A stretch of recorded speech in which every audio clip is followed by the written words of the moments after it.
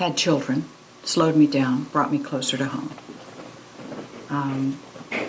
And the babysitting co-op I was a member of. And the playground was terrible in the park. The public spaces, I noticed, were so neglected, and yet there was so much private investment in the homes. So I went to a meeting. I mentioned that the playground was really pretty bad, and maybe, well, that was it. So out of that babysitting co-op came the Friends of Schiller Park. And we started off by addressing the playground. We had a painting party and fixed up the equipment that was there. It was from probably the 50s and maybe the 60s, the equipment. And there were a lot of South Side children that used the park. Then we planted trees, hundreds of trees in those early years, and had Arbor Days down here. We had it transferred. So the city was participating with us in Arbor Day. We have the German singing societies come over. It was just very successful. Then I had gone to the Boston Public Gardens and saw tree tags. Came back. So we did a tree tour and marked the trees and began to do an inventory of the ancient trees. And that's when we discovered how significant the trees were in the park. It was a low-lying area, and there were ancient trees, 300 years old. And that were native species which had evolved in that park. And city forestry was terrific. There was a wonderful gentleman, Barry Weber, who loved the Franklin County ancient oaks, and he could help us with all of this. It was a marvelous adventure. Then... And this, I think, all speaks to what it meant to live down here, to have a sense of independence and private initiative. It's what the neighborhood was about in a way, wasn't it? Mm-hmm. You couldn't just depend on the city to take care of you. You had to get out there and... Well, we didn't know that. I didn't know the difference, John. I had been at Ohio State, and I had been a dancer, a performer. And so really it was a blessing of naivety. And then ended up, in city council and going in to see legislatures. And I can remember when the mayor was campaigning, making sure that we had appointments with the mayor. And Buck Reinhardt called me Janet Druen. He couldn't remember Druen. So it was fun. I mean, that's what's made it wonderful about living in German Village is it was so easy, and in Columbus, it was very easy to contribute. There didn't seem to be a hierarchy or that it mattered who you were or where you came from, and that's what I sense also about this community. So if you want to be involved, it's easy to be involved, and it's easy to contribute and to contribute ideas. On the one hand, having children, it would have been easy for you to move to the suburbs or to Bexley or someplace where they might have been able to attend better public schools, or at least you would have been closer to the private schools of your choice, but you chose to raise them here. Mm-hmm. Mm-hmm. It was something that we questioned a lot. Were we doing the right thing with our children and keeping them here? And I think if you ask my children, they would agree that it was a good idea, that it worked really well, and the village raised our children. Fred was at the Easter egg hunts, Fred Holdridge, in Schiller Park, and I can remember he would hand them little dollar bills if they didn't find the golden egg. So there were all these, and still, when they come back, people are interested in our children and how they're doing, and have coffee with our children and meet with them when they travel to New York. Our son is now in New Mexico. So middle school was the hardest because the people had really left who were all part of these.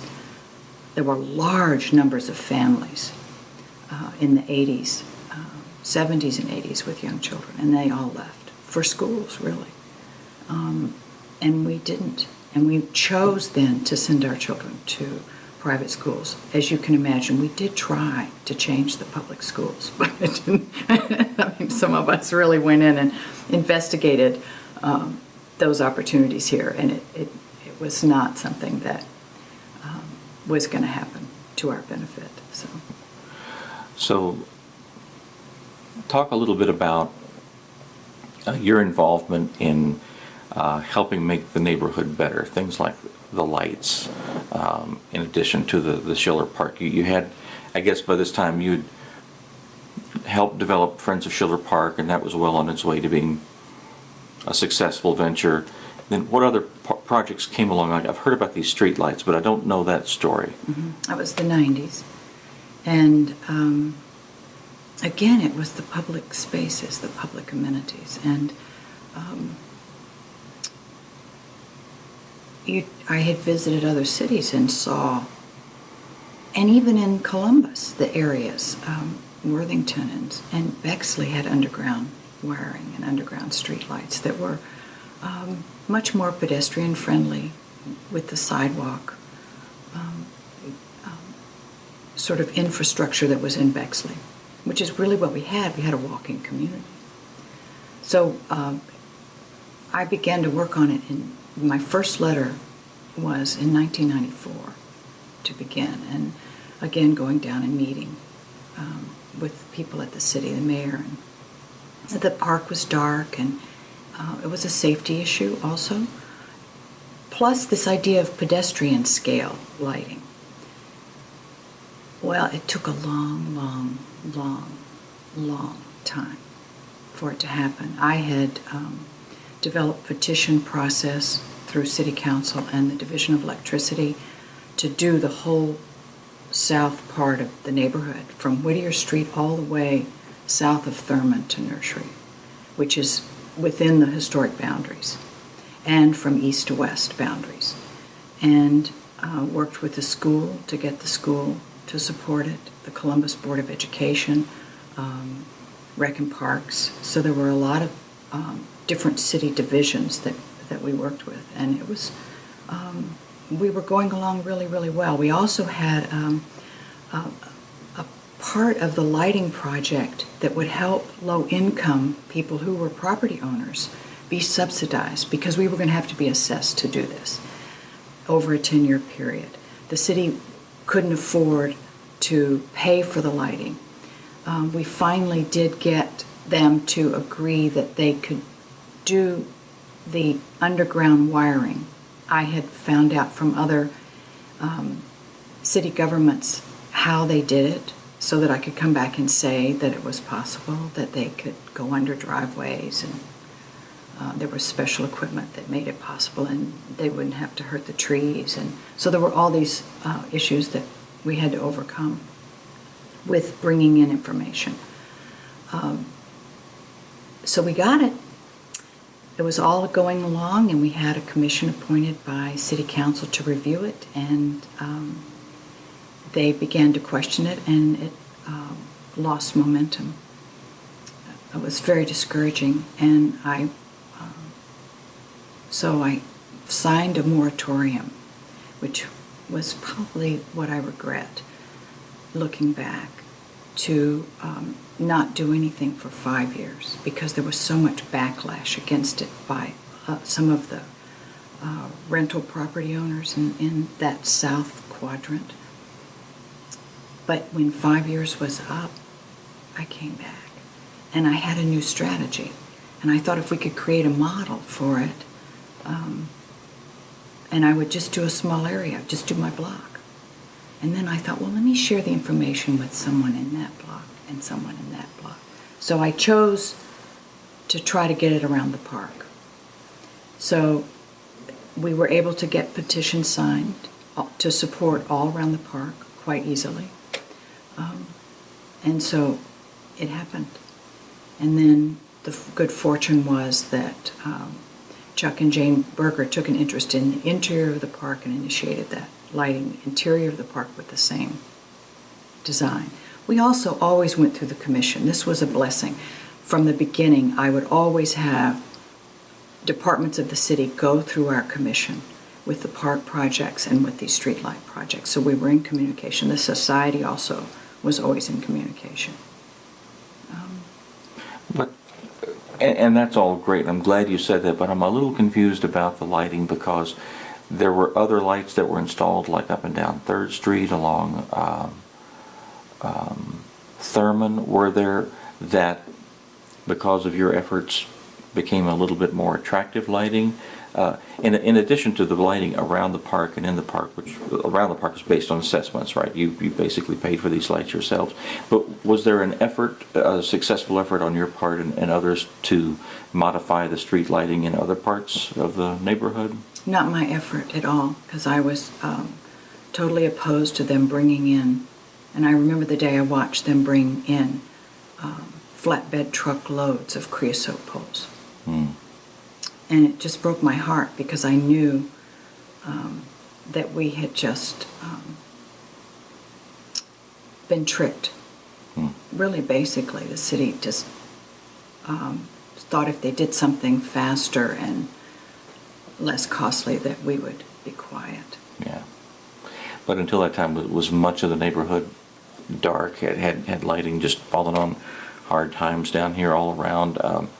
And they really were making it safer by putting those in. But they were still a form of Cobra street light. They weren't pedestrian scale. They were high up, if you look at the height of those poles. And we do need a combination. But there was a petition circulated that was drawn up for the division of electricity and circulated through the neighborhood. And the way that the survey was written, the only answer was poles with these kinds of lighting. And so that's what they did to try to get that in. And they did, and it was long after we had really done our project. So that was very disheartening, and still is when I look at it. Because now that there are lights, there's no impetus to change the lights. Well, I don't think it's that. Well, maybe it is that. But people forget the options. There are a couple of other things I want to talk about, Yeah, please. if I may.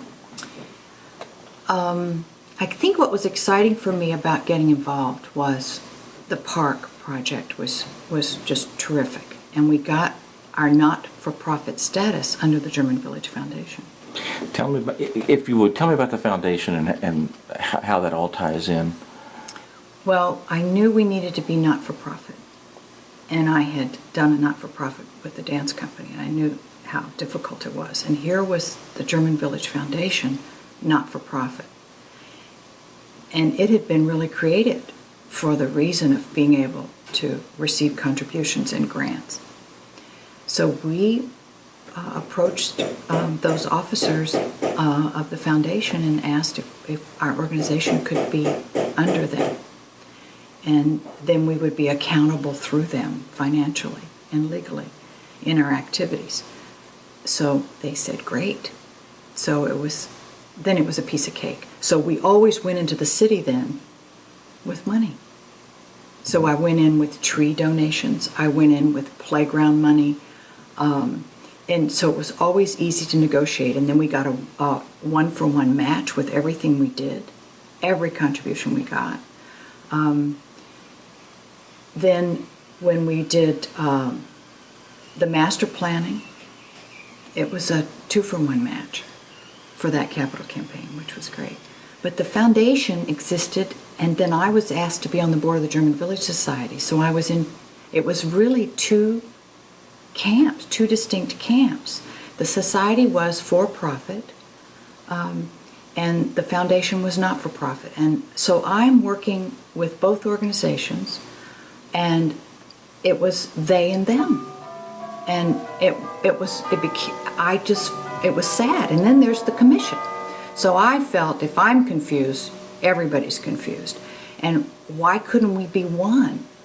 So then I proposed that at a retreat one year, and so then there was a committee formed to reevaluate the legal issues. Jeff McNeely was with me on that, and Jim Barnes, and So we merged the organizations, we made the proposal, it went through.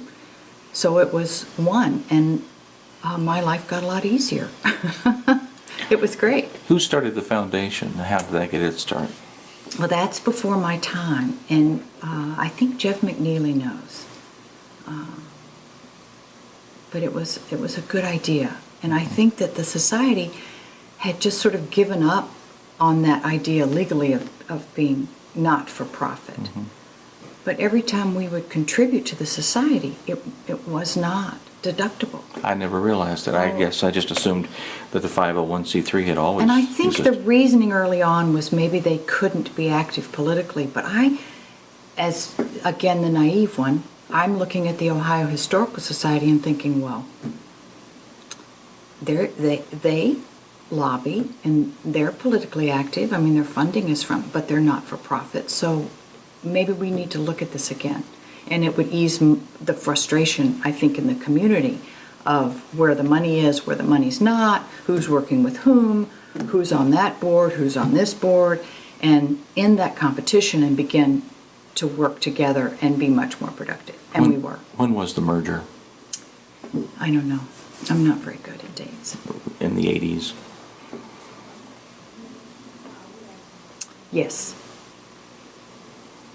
I'll find out. I mean, I can look into that. Yeah. I was just curious. Yeah, I think the 80s. What else did you want to touch on? Well, let's see. The other exciting things were I was Sergeant at Arms. And so Sergeant at Arms didn't mean on the society board that I was in charge of Robert's Rules of Orders. It meant that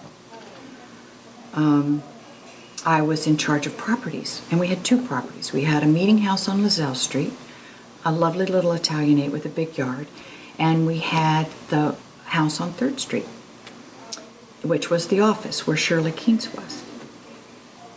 And I was the maintenance person for the properties. And so we couldn't get everybody in the meeting house. So it wasn't appropriate. So again, at a board retreat, I suggested that we, with again frustration, we look at our properties and see if we can find a meeting house that we can all fit into and that would serve our community better for public meetings and public space and fundraisers, office space. So that was Fred, Damon Baker, and me. And so we did. Fred found this building. We made an offer for the building with the contingency of board approval. And so the board approved. And that started this other capital campaign going, right? You didn't have the money for it. You had to yes, it was all cash. We did a secret, we did a sealed bid for our meeting house on Lozelle Street. And the money we got for that property gave us all the cash we needed. So there was never any debt for the meeting house. And then to fix up the meeting house was when we had started the project of a capital campaign at I say we, but the Friends of Schiller. We're going to do a capital campaign because we had a master plan now. So when the meeting house happened, then the society decided that we would do an in tandem capital campaign with the park and the meeting house restoration. And that's how it happened. And then we got all the money. And if I understood Elspeth correctly, so there were repairs in Schiller Park, the tot lot, maybe some rec center repairs, and that was through Friends of Schiller before this 1990 or whatever capital campaign. So that was then a second wave of improvements in the park. Was that correct? Well, the first wave didn't ever involve the building. It was strictly trees and playground. And we traded a new roof with Jim Barney, who was director of Rec and Parks, for a master plan. So he said, "Are you?" And I said, and I kept. We just did a lot of that kind of negotiating. But I thought if we had the big picture, then it would give us really a vision to sell to the community and the city. And that's what we did.